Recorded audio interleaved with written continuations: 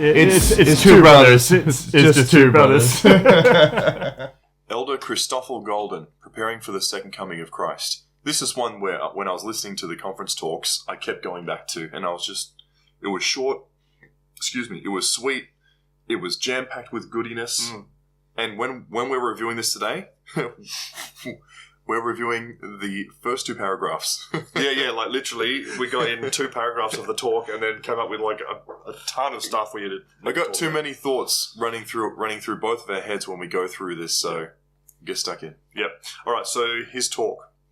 Quote, as recorded in the Book of Mormon, 6 years before the birth of Jesus Christ, Samuel, a righteous Lamanite, prophesied to a Nephite people, who by then had become mostly apostate, of the signs that would accompany our Saviour's birth. Tragically, most Nephites rejected those signs, because it was not reasonable that such a being as a Christ should come. Regrettably, according to the scriptural record, many of the Jews, in like manner, could not accept that a man named Jesus from the little-regarded province of Galilee was indeed the long-awaited Messiah. Jesus, who had indeed come to fulfill the many prophecies made by Hebrew prophets, was rejected and even crucified because, as the Book of Mormon prophet Jacob taught, the Jews were looking beyond the mark. Consequently, Jacob testified that God hath taken away his plainness from them, and delivered unto them many things which they cannot understand, because they desired it. And because they desired it, God hath done it, that they may stumble. So, first thing, rejected signs. The Nephites saw the signs, but still rejected them because it was too mind-blowing that Christ could come. The Jews expected more grandeur in the coming of their Messiah, and thus rejected him. They were expecting someone to save them from the Roman occupation, someone to come in and absolutely destroy and kick butts and everything, because they had interpreted the scriptures wrong. Again, they had looked beyond the mark. We're going to go more into that. But the signs were there. The signs were there. And they saw them. And as Joseph Smith says, the scriptures mean what they say and say what they mean, right? And they refused to sort of accept that, and always thought, no, that means this, that means more than this, you know? And they weren't so concerned about their spiritual sins. They were concerned more about their physical the day-to-day enslavement sins. or their physical issues. But Jesus came for their spiritual issues. Yeah. But the Pharisees and the Sadducees thought they had none, right? They were living way too good, in their own minds. Anyway, so the signs of Christ's second coming are occurring right now. The times of the Gentiles being fulfilled, the generation being identified that would see the second coming in their lifetime. President Nelson literally said that to us. The hinge point, another President Nelson beauty. The desolating sickness, again pointed out by President Nelson. COVID. The whole world, the whole wide world being in commotion. Another thing that happens before the second coming. Do we have faith that he will actually return? Or is this just a nice bedtime story we hear with a glass of milk? We see the signs, but do we just go back to sleep? Yeah. And I think there's so many people, like at church especially, when any discussions about the second coming come up, people are talking about, there are signs and stuff like that. And then you get, quite often people will do, raise your hands if you think it's going to happen in 100 years. And you get tons of people raising their hands. It's not what the signs are for. The signs are there immediately preceding the coming of Jesus Christ's birth, to the Nephites immediately preceding the coming of his birth, to the point where they were ready to kill everyone when they didn't see the sign, the final sign given of his birth. They're ready to kill a whole bunch of people, and it actually happened. Yeah, because that's what happens when the Lord gives us prophecies that actually come true. Yep. It's crazy. So the next point is the Jews especially, they were looking beyond the mark. Yeah. Looking beyond the mark. Because the Jews looked beyond the mark, the Lord took away his plainness. So he gave them plainness. Because they kept going straight over the top of it, he took his plainness away. He gave them that which they desired so that they would stumble. So if you want to make this complicated, I'll give you something complicated, and then it's going to trip you up. Well, what's funny with the Jews is he kept giving them exactly what they wanted. Yep. They kept asking for it. It actually reminds me back of the first talk. What are you willing to receive? Do you know what I mean? Yeah. And they were willing to receive, for some reason, they couldn't receive what he was always offering. They wanted something else or something less. It was too much of a burden to bear. It was too hard to deal with. So, anyway, it's interesting. And it caused them to stumble. Mm. And my question is, are we seeing this occurring at all in our membership of the Church of Jesus Christ and Latter-day Saints? When the majority of the Latter-day Saints members discuss the second coming, like we mentioned before, they start to mention the millennium. It's the millennium, and it's the great and dreadful day, which is when Christ comes down out of heaven and he's seen in his glory and read by everyone, and saints are resurrected and they're called up to him in the cloud. Pretty much almost exclusively, when you talk about that with most members, especially in church, and they're like, the second coming, the first thing they go to is the Lamb laying down with the lion in the millennium. Yeah. Peace on earth. The Lord coming in the clouds. That's what they talk about. And it's not wrong, because that is colloquially like what, if you were to say the second coming, that is generally what people are referring to. That's true. So it is... Yeah. My concern is that is the absolute winding up scenes of the process, the long drawn-out process of the second coming. And so if all the members keep regurgitating and going over in their mind that if the second coming is close, that's fantastic, because it just means that the Lord is going to come down in the cloud and we're going to be raptured, or we're going to be called up into the cloud. But if we're constantly going over the final event of the second coming, we could absolutely forget to prepare ourselves for all the events that have to precede it. Yeah. If we're not ready for that final event, the final event doesn't matter. Yeah. You know, if you're not ready. This is all about looking beyond the mark again. People are looking towards the very end winding up scene. Yeah.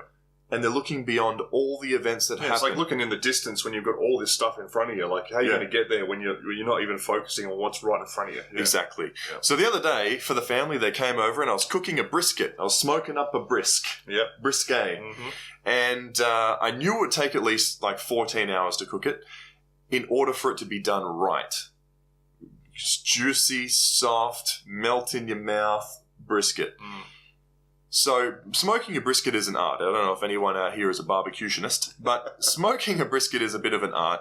It takes the right amount of you need the right amount of time, you need to apply the right amount of temperature, and I was having some issues with airflow, and I forgot to put more charcoal in, and I didn't take enough care during that process to monitor the meat temperature, the smoke level, the heat, or even the moisture in the meat. And the family all rocked up, ready to eat, and they all came out and they could smell something on the smoke and like, yeah, cool, so all the food is ready and we're all ready to eat. So we're going to pull this brisket off? And I kept going, but it's not ready. You're out there just, come on. Yeah, I've got a stick. Yeah. You remember, I've got a stick and I'm jamming it in the charcoal, trying to get the temperature up. Because I'm thinking, okay, I'm not ready. I've looked beyond the mark here. I'm thinking it'll be done. I'll be ready when the family arrives. And this was Thanksgiving, and we had all brought all this delicious, all this good food is and this was the meat we're waiting for. This was meant to be the piece de resistance. This is supposed to be the icing on the cake for the dinner, and it wasn't done. And anyone out there that knows what slow cooking meat is like, you can't rush it at the end. You can't rush finish it. But I did. So I cranked up the temperature, and I was like, just give me a minute. I cranked up the temperature. It's like, maybe I can just heat this thing up enough that it finishes okay. And I remember when I turned it off and I opened the lid, it was on fire. It caught fire. It was flaming for a while. Yeah. And I was really worried that we weren't going to be eating. Yeah. Anyway, my point is this. We pulled it out, we opened it up, and we cut into it, and it was stiff. It wasn't ideal. It was chewy. It was all right. It still tasted fine at the end of the day. It was okay. It tasted okay, but it wasn't what it was supposed to be. It wasn't prepared correctly. There were steps missed. I looked just towards the finished product. I didn't take proper care of it. And when the time came to eat, when the time came for the Savior to come down in the clouds, my rush job trying to pump that temperature up at the last second didn't sanctify it. Didn't fix the problems. Didn't tenderize it. Yeah. Like it was supposed to be, as you eat brisket, it's supposed to be tender and juicy. It's too late to get it back on track. Exactly. Yeah. And in the exact same way, we cannot rush our tenderization.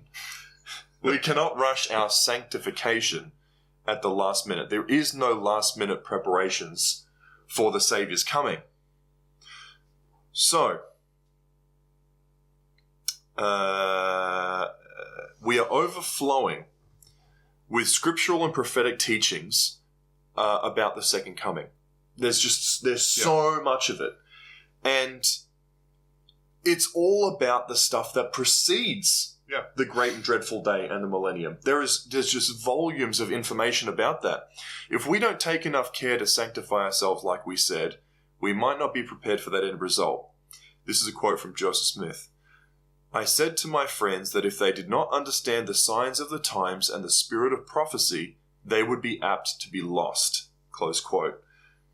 Pretty simple. Signs of the times. If you're looking to the absolute last thing to happen in the series of events of the second coming, and you're not focused on the signs of the time and have the spirit of prophecy with you, you could be lost before that even goes down. Yep. So, all right, nice. All right, so now we're going to show on the screen an image that we got from the April 2021 Leahona. Yep. And it's of... it's an image showing all the visitations of Christ to the earth as his second coming, right? Because there's not just one. I'm sure most people who are watching this would know this, but there's 4, actually. Yep, at least. And so, as a Latter-day Saint especially, if you're only focused on that 4th one, the actual great and dreadful day of the Lord, I worry for you, because there are 3 others before that, 2 of which we should particularly be concerned about. Of the utmost importance to be concerned about. And so if you're literally now waiting for the great and dreadful day where we all rise up and meet the Lord in the clouds while the earth is burned to stubble and the wicked are punished and we go into this millennium period, take a step back. You're missing that mark a little bit, because there are some things to happen. So the image describes 3 periods in which the Saviour visits the earth.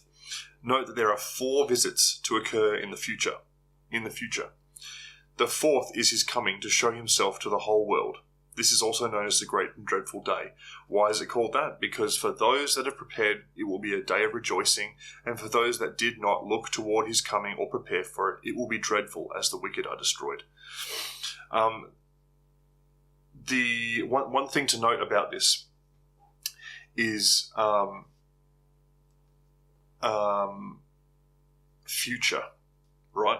Yeah. From April 2021. Let me pull up this photo so we can refer to it here. So just notice that it says, so this is from April 2021, and it says, in the future, Adamon Diamond, number 1. 2, New Jerusalem. The Saviour is going to live, he's going to appear and dwell in the New Jerusalem. Mm-hmm. Future event, right? But hang on a second. Hasn't Salt Lake City been established and lived in by the saints for over 150 years? It has been, but it also isn't the New Jerusalem, my friend. Oh, okay. Yeah, okay. I just needed to double check that, because it says here that the New Jerusalem is a future event. It's a future event. Yeah. Oh. And then he's going to appear to the Jews in Jerusalem. Mm-hmm. So I guess we're not so concerned with being there at that one, but that is an event that is going to be, I think, very obvious. And interesting, super interesting. Yep. And the 4th one is the whole world, right, where everyone will see him, and that is the one that people are usually referring to when they talk about the second coming. Second coming. But there's so many things happening before that. So many things. Yeah. We can't just jump straight to the finish line and skip the entire race. Yeah. So the 4th visit has they have some scriptures under each one, and the 4th one has a quote for Doctrine and Covenants 101:23, and it says, "And prepare for the revelation which is to come, when the veil of the covering of my temple in my tabernacle, which hideth the earth, shall be taken off, and all flesh shall see me together." Yep. And in the very next 2 verses, in Doctrine and Covenants 101:24 and 25, it tells us what happens immediately after the Lord shows himself to the world. Quote, "And every corruptible thing, both of man, or of the beasts of the field, or of the fowls of the heavens, or of the fish of the sea, that dwells upon the face of the earth, shall be consumed.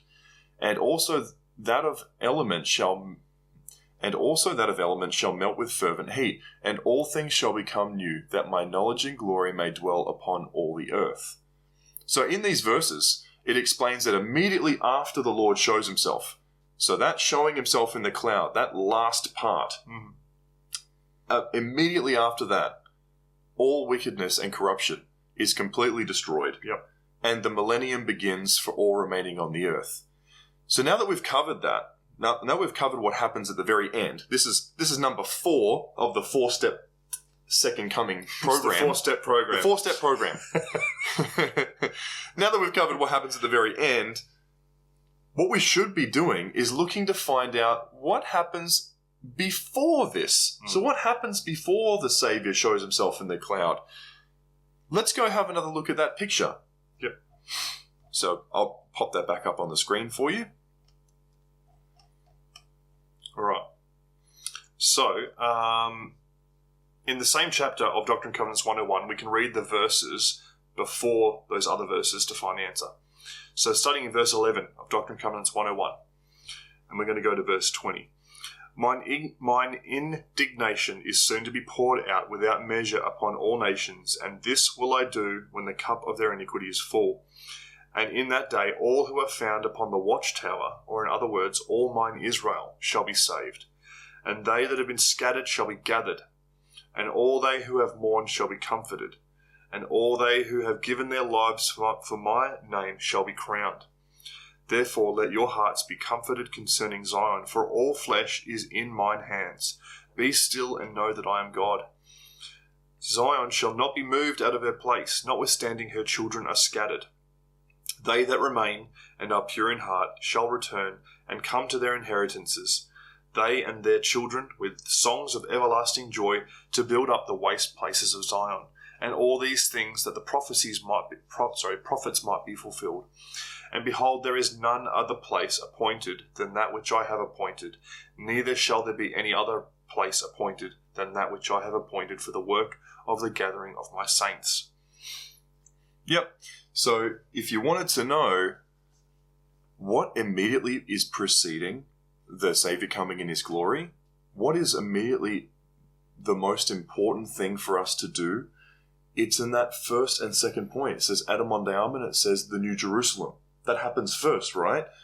So basically in these scriptures the Lord is saying, initially he's saying, well, because the early saints failed to build Zion, just know that when the iniquity of the earth is at its fullness, those who are upon the watchtower, or all of his Israel, all those people who have remained, all those people who supported the prophet through the difficult times, all the people who remained in the good ship, the Church of Jesus Christ of Latter-day Saints, all those who kept their commandments and kept their covenants, they will be found on the watchtower and they will be saved. They will be gathered, they will be comforted, they will be crowned. They will receive their inheritances that he has for them on the earth. In Zion. Zion, the New Jerusalem. And there's the footnote to where it mentions the place that's been appointed for Zion, the New Jerusalem, goes to a verse in Doctrine and Covenants 57, verses 1 to 4. And in the third verse, I believe it says, quote, "And thus saith the Lord your God, if you will receive wisdom, here is wisdom. Behold, the place which is now called Independence is the center place, and a spot for the temple is lying westward upon a lot which is not far from the courthouse." So it mentions that this place has been appointed. It will not be moved. Yeah. Though it has been taken away for a period of time, all those who make it through this time of difficulty and trial and stay upon the watchtower, all the Lord's Israel, will end up returning to Jackson County, Missouri. This is the center place, to receive their inheritance. Yep. So this is the thing that immediately is preceding all of the other things that people are looking beyond the mark for. We cannot miss this. This is for us. Like, if you're looking at Jerusalem and things that are happening there, that's awesome. And if you're looking at the great and dreadful day and like just fantasizing about the Savior coming down, that is awesome. But do not jump past what is immediately preceding that is so crucial for us to prepare for. Because if we do not prepare for it, we may not be prepared for the Saviour's fullness of his coming at the great and dreadful day. And almost certainly. And if you are literally waiting for the great and dreadful day right now, as in you think it's the next thing to happen, you're absolutely missing. You're absolutely unprepared. Unprepared, yeah. Yeah. I mean, and somehow missing these amazing things that are about to happen. Yeah. Here's a quote that I love, that really points out just how crucial. Like we're not talking about, it's good.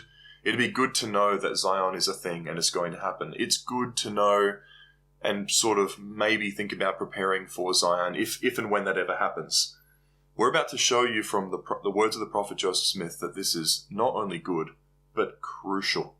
Crucial for our preparation for all of the events of the second coming.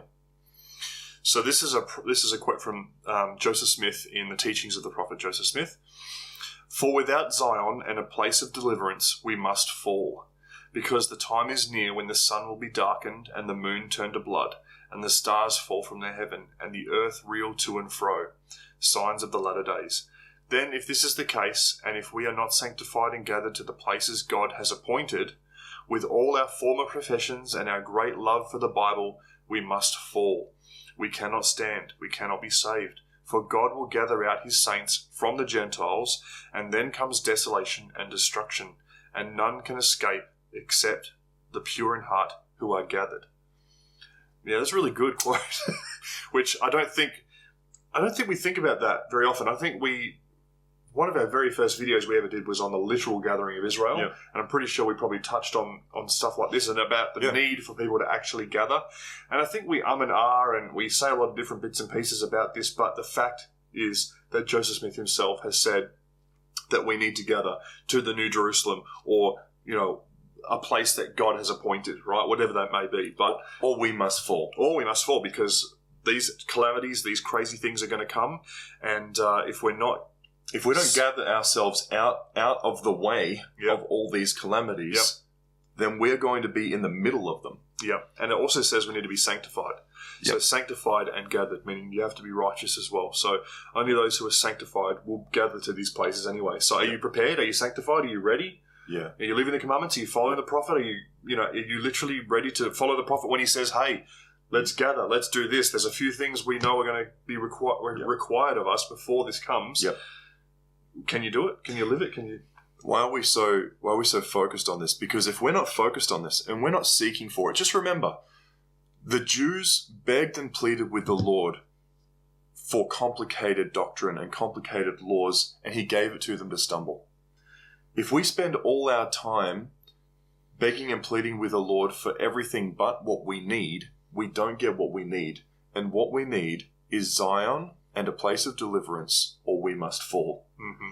So if we don't understand that this is what we need, we don't understand that this happens before the great and dreadful day. And this has to happen first. And that this has to happen. It literally is not happening otherwise. If Zion is not built, the Savior doesn't come, is another quote.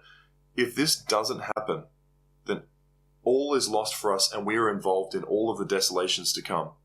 It literally says it here. So I can't overemphasize the importance. Let's not be like the Jews who looked so far beyond the mark, expecting a Messiah that was going to come and clean house physically, and they missed him spiritually. Let's not be like the Nephites and see the signs of the times and then say, I see the signs, but maybe it's another 100 years. I'm not going to get ready. Yeah.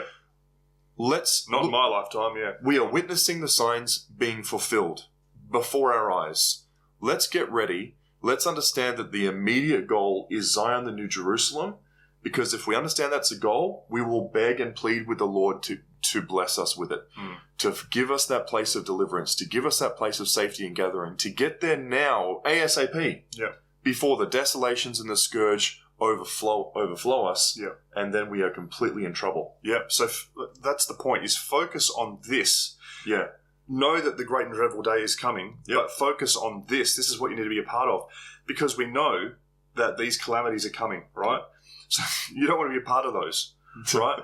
You do not want to be part of those, obviously. I'm not interested. Right, yeah. I mean, but this is why we harp on about Zion so much, Yeah. right? Because who will be in these places? Zion-minded people. Yeah. People who are of one heart and one mind. Yeah. If you can't fathom that, if you can't be a part of that, then you won't be there. And that's as simple as it is. So let's work on actually trying to be a Zion people. And that's a huge order to ask and huge task to us, but That's why we have to do it. There's so much that goes into that. what's great is we are amongst communities right now, though, That are trying to online do and things, who of like-minded people who are of one heart and one mind, who are trying to build and create Zion. So it is doable, I think, and it has to be doable because this is happening before the second coming, and it is not far away because President Nelson said, we are the people who will see these things happen. We're the people that Nephi saw in vision, right? Before the second coming. It's coming.